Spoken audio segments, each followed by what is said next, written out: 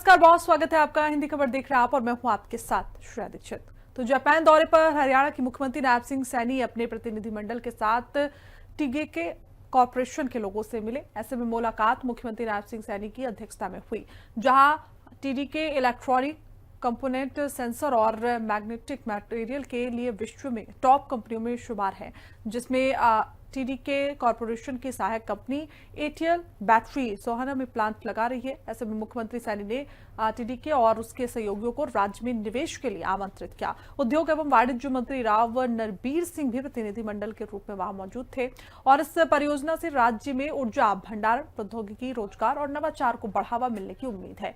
मुख्यमंत्री सैनी ने हरियाणा के निवेशक अनुकूल नीतियों, विश्व स्तरीय बुनियादी ढांचों और सरकार की व्यापार सुगमता पहल पर प्रकाश डाला, जो औद्योगिक विकास को गति देने के लिए सभी आवश्यक स्वीकृतियों के लिए एकल खिड़की मंजूरी प्रदान करती है।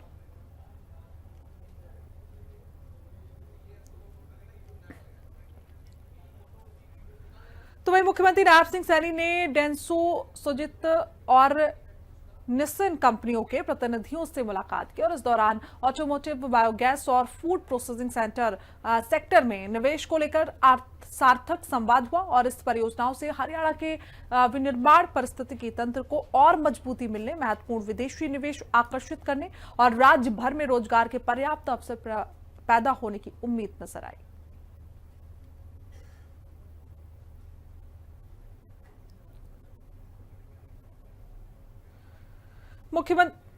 मुख्यमंत्री नैब सिंह सैनी की अध्यक्षता में जापान सरकार के साथ हरियाणा का प्रतिनिधिमंडल मिला। जापान के विदेशी मामलों के राज्य मंत्री मियाजी तकमा से उनकी मुलाकात हुई। हरियाणा और जापान के बीच आर्थिक सांस्कृतिक संबंधों को और भी मजबूत करने पर चर्चा की गई। ऐसे में मुख्यमंत्री ने मियाजी तकमा को हरियाणा ग्लोबल इन्वेस्टर समिट 2026 का न्योता भी दिया। हरियाणा में इस वक्त करीब 600 जापानी कंपनियां काम कर रही हैं। इसकी शुरुआत मारुति सुजुकी के साथ हुई।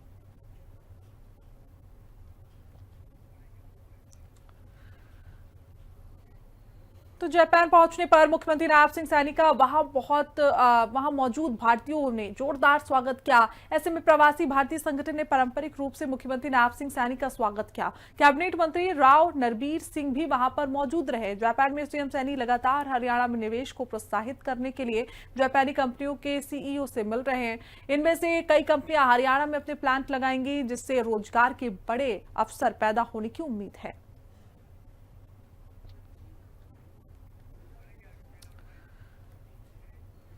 तो वहीं मुख्यमंत्री नैब सिंह सैनी जापान यात्रा के पहले दिन टोक्यो के सबसे प्राचीन सेंसोजी मंदिर पहुंचे। उन्होंने लिखा कि आज उन्हें टोक्यो के असाकुसा में करुणा के बुद्धिस्त्व कन्नन को समर्पित प्राचीन और पूजनीय बौद्ध मंदिर सेंसोजी के दर्शन करने का सौभाग्य प्राप्त हुआ। उन्होंने कहा कि भारत और जापान के बीच सांस्कृतिक संबंध सचमुच विशेष हैं। सीएम ने कहा कि इस पवित्र स्थान पर उन्हें जो दिव्य ऊर्जा और शांति का अनुभव हुआ, उसने इसे अत्यंत यादगार और हृदयस्पर्शी अनुभव बना दिया।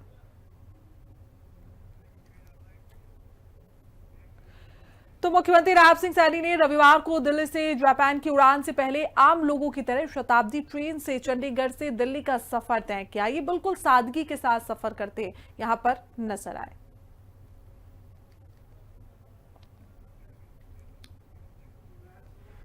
तो वहीं चंडीगढ़ से दिल्ली के सफर के दौरान मुख्यमंत्री नैब सिंह सैनी ने मीडिया से कई मुद्दों पर बातचीत की। उन्होंने बताया कि हरियाणा में 3 गुना गति से काम हो रहा है। सभी के लिए मुफ्त डायलिसिस की सुविधा है। आयुष्मान कार्ड से ज्यादातर लोगों का इलाज मुफ्त हो रहा है। गरीबों को 500 रुपए में सिलेंडर भी मिल रहा है। युवाओं को रोजगार मिल रहा है। धान की खरीद, एमएसपी पर भी काम हो रहा है। नहीं, देखिए, इस विषय को लेकर के तो आम जन से अगर आप चर्चा करेंगे तो उससे ज़्यादा आप लोगों को उनकी भावनाओं का पता लगेगा। परंतु आदरणीय मोदी जी के नेतृत्व में हम 3 गुना गति से, ये 3rd टर्म की सरकार है, 3 गुना गति से हमारी सरकार काम कर रही है और लगातार हम देख रहे हैं एक से एक फैसला हरियाणा के लोगों के हित के अंदर ये सरकार ले रही है और ट्रांसपेरेंसी से हमने काम कर रही है। जो जो हमने कहा भी था, लोगों से जो बातें हमने कही थी, चाहे हमने अपने संकल्प पत्र में कही थी, उस संकल्प पत्र के भी हमने बहुत सारे वायदे 42 वायदों को हमने पूरा कर दिया थे। इस ईयर के एंड तक वो भी पूरे हो जाएंगे और हम लगातार, क्योंकि जो बातें हमने लोगों को कही थी, बड़ी मेजर बातें, उनको हमने पूरा किया है।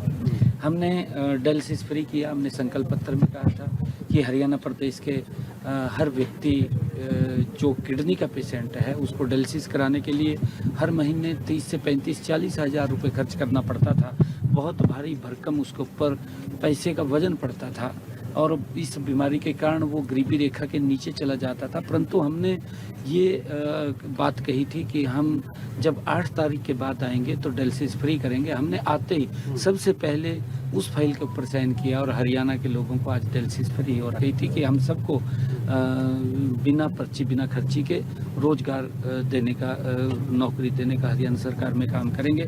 उस बात को हमने पूरा किया। देखिए, वो बढ़ती रोको गैंग का अपना एक उनका एजेंडा चलता है, वो अपने एजेंडे के ऊपर काम करते हैं। ऊपर के बुजुर्ग, उनको 5 लाख रुपए का आयुष्मान कार्ड का लाभ देंगे और वो भी हमने लागू कर दिया। हम बुजुर्गों को 70 साल से ऊपर बुजुर्गों को आयुष्मान कार्ड का लाभ आज मिल रहा है। हमने ये भी कहा था कि जो हमारे एससी समाज की बेटियां हैं, जो 90% से ज़्यादा नंबर लेकर के आएंगी, उनको हम ऑनर करेंगे। उनको 1,11,000 रुपये हम देंगे और हमने उसको भी लागू कर दिया। हम बेटियों को 1,11,000 रुपये उनको सम्मानित करने का काम कर रहे हैं। जो भी बड़े ऐसे वायदे थे, हमने ये भी कहा था कि जिन परिवारों की इनकम 1,80,000 रुपये से कम है, ऐसी माताओं की रसोई में 500 रुपये का गैस का सिलेंडर पहुँच जाएंगे। मुझे खुशी है, हमने उस वायदे को भी पूरा किया है और 500 रुपये का गैस का सिलेंडर माताओं की रसोई में पहुंचाने का काम हमारी सरकार कर रही है। लगभग 18 लाख से ज़्यादा परिवारों की रसोई में 500 रुपये का गैस का सिलेंडर पहुंच रहा है और उसके किसान की 24 फसलें हम इस पे पर खरीदेंगे, ये हमने कहा था। मुझे खुशी है कि हम उस 24 फसलों को भी खरीद रहे हैं और उसका नोटिफिकेशन जारी हो गया है।